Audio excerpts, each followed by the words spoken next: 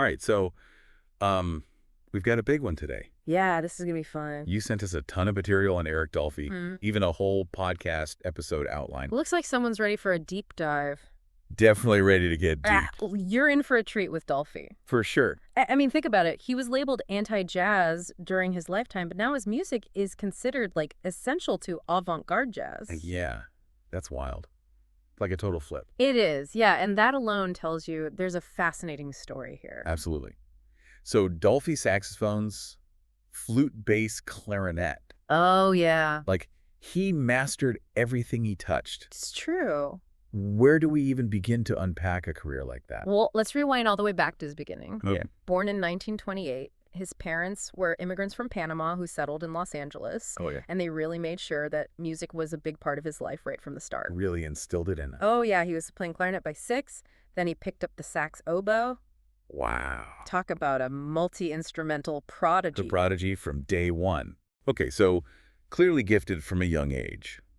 But how did that early exposure to both jazz and classical music actually shape his unique sound? Well, think about Stravinsky's L'Histoire du Soldat. Oh, Dolphy actually played it in college, and you can hear echoes of those complex harmonies and rhythms in his later improvisations. It's like he took the building blocks of classical music and used them to create something entirely new in the world of jazz. That is fascinating. Yeah. So it wasn't just about technical school. He was absorbing these diverse influences. Right. And then finding a way to, like, weave them together. Exactly. And that's what makes him so much more than just a virtuoso. Yeah. He was a true innovator, constantly pushing the boundaries of what was considered possible in jazz. And this anti-jazz label, it seems like it followed him for a while. It did. Was that just because he was so far ahead of his time? Well, some people just weren't ready for the level of dissonance and rhythmic complexity that he was bringing to the table. He was using extended techniques. Sometimes he'd actually hum into the saxophone while playing,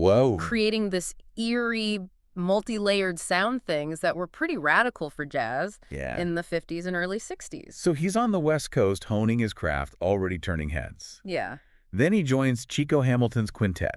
The Chico Hamilton Quintet. What was that experience like for him? Well, the Chico Hamilton Quintet was all about West Coast cool jazz. Okay. So a lighter, more melodic style compared to the hard bop that was brewing in New York. Right. But even within that setting, Dolphy's playing stood out. It's like you could already hear him itching to break free from convention. And break free he did. Yeah. Soon enough, he lands in New York City, the heart of the jazz universe. The epicenter. In the early 60s. Yep. It's like a whole new chapter begins. Yeah.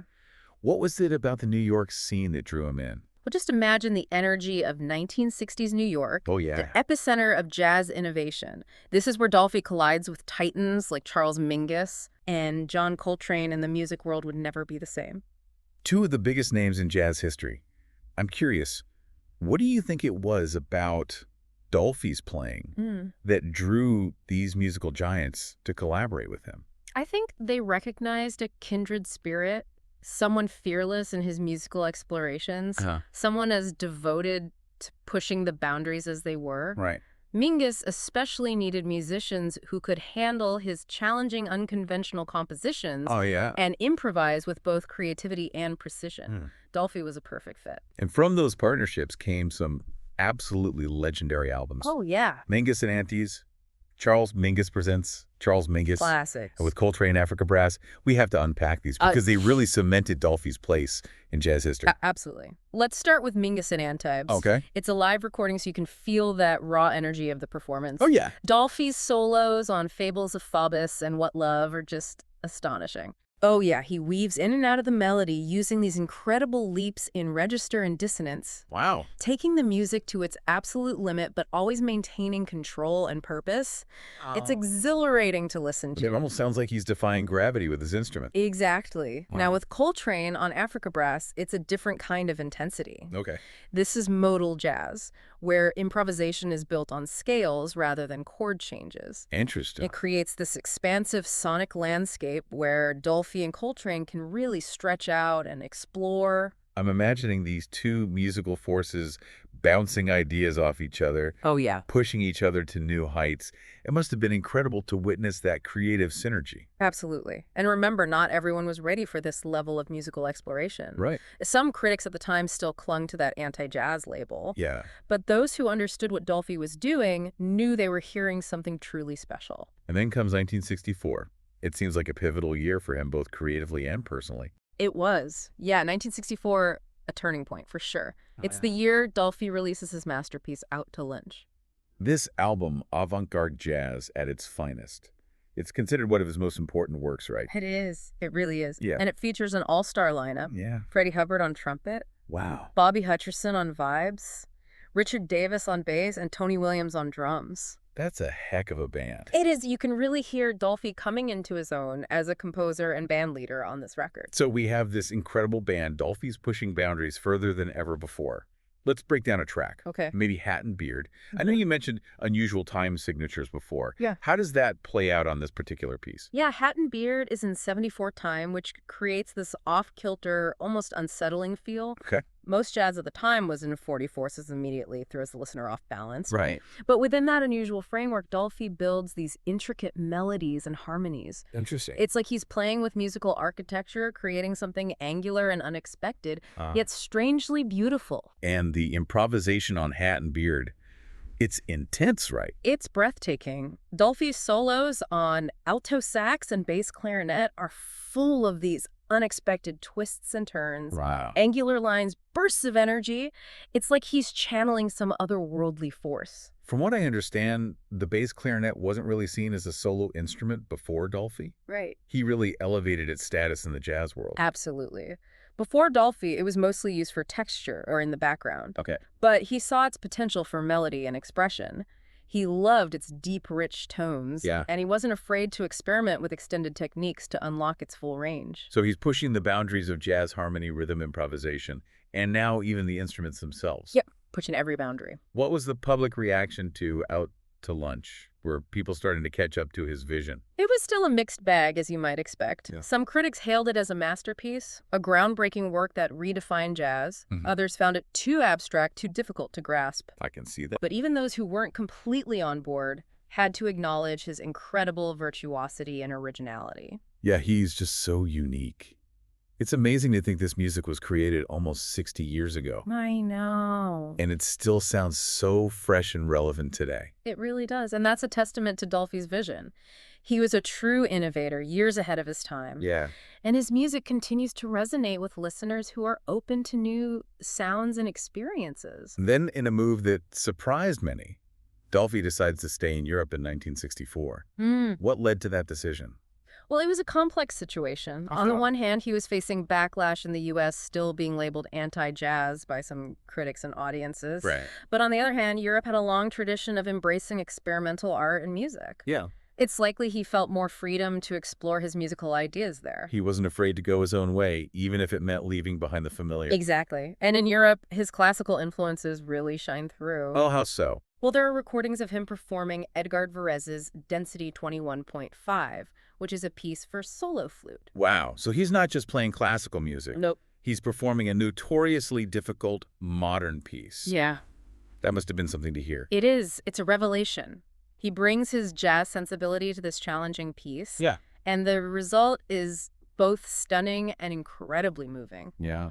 It really blurs the lines between genres and shows that for him, music was music, regardless of labels. It's a reminder that drum artists don't see boundaries between different forms of expression. Right. They draw inspiration from everywhere. Everywhere. And sadly, just a few months after moving to Europe, tragedy struck. Oh, no. In 1964, at the age of 36, Dolphy died from complications of undiagnosed diabetes. What a devastating loss. He was at the peak of his creative powers, exploring new musical territories. He was. It's hard to fathom what he might have accomplished had he lived longer. It really is. It's a heartbreaking reminder of the fragility of life Yeah. and the immense loss the music world suffered with his passing. Absolutely. Yeah. But thankfully, his music lives on and his influence continues to resonate with musicians today. It does.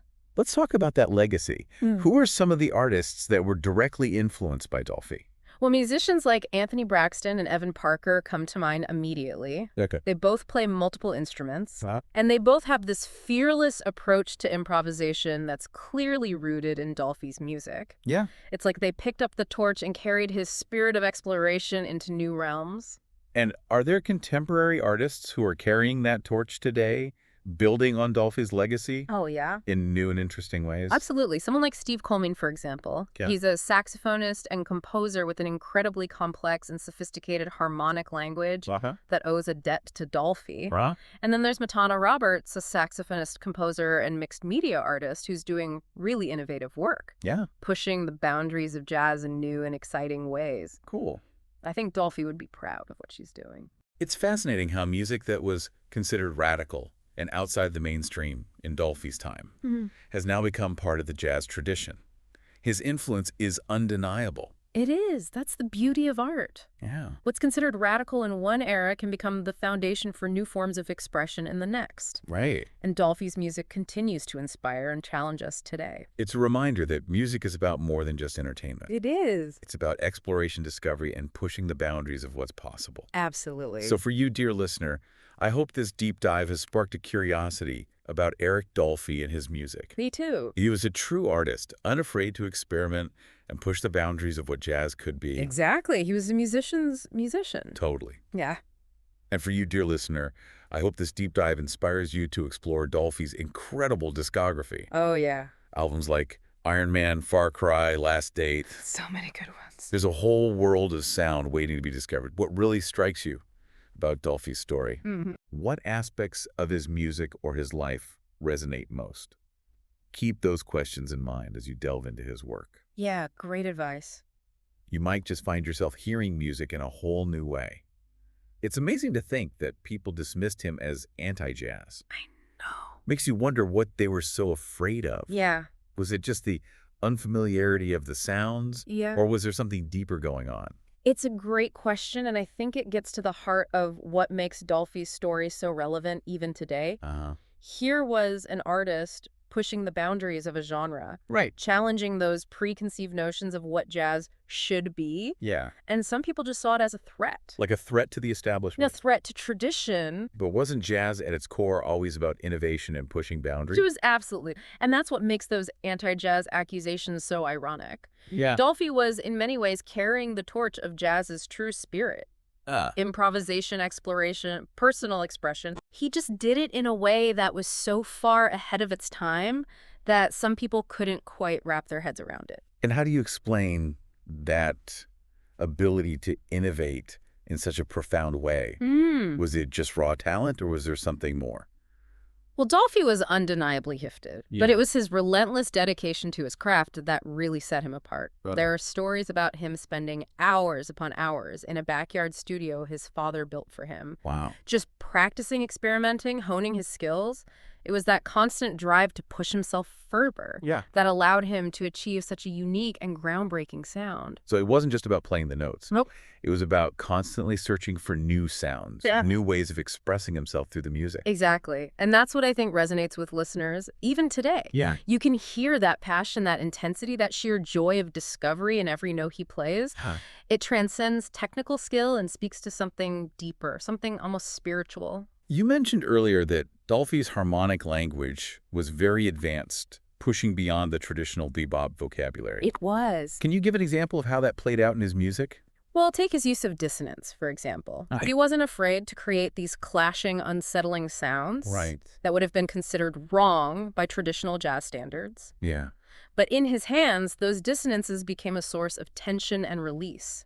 A way to create drama and emotional depth within the music.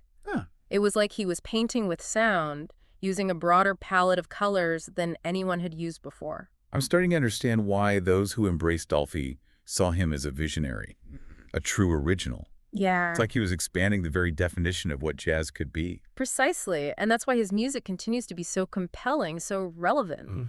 It challenges us to listen with open ears, to embrace the unfamiliar, to expand our own understanding of what music can express. So for our listener who's been on this deep dive with us, maybe feeling inspired to explore Dolphy's music further, Hopefully. where would you recommend they start? Well, out to lunch. is the obvious choice. Okay. It's his most celebrated work for a reason. Yeah. It's a culmination of his artistic vision and a great introduction to his unique sound world. Mm-hmm. But honestly, any entry point into his discography is a good one. Right. Each album offers a different facet of his genius. And what advice would you give to someone approaching his music for the first time? It can be challenging, especially for ears accustomed to more traditional jazz forms.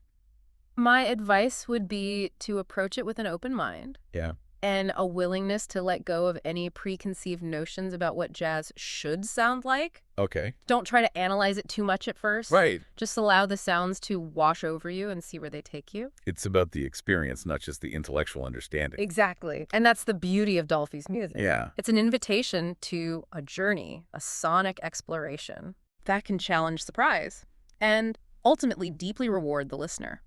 It's a journey I highly recommend taking. Huh? And who knows, you might just discover a whole new way of hearing music. Yeah. Thanks to the legacy of Eric Dolphy.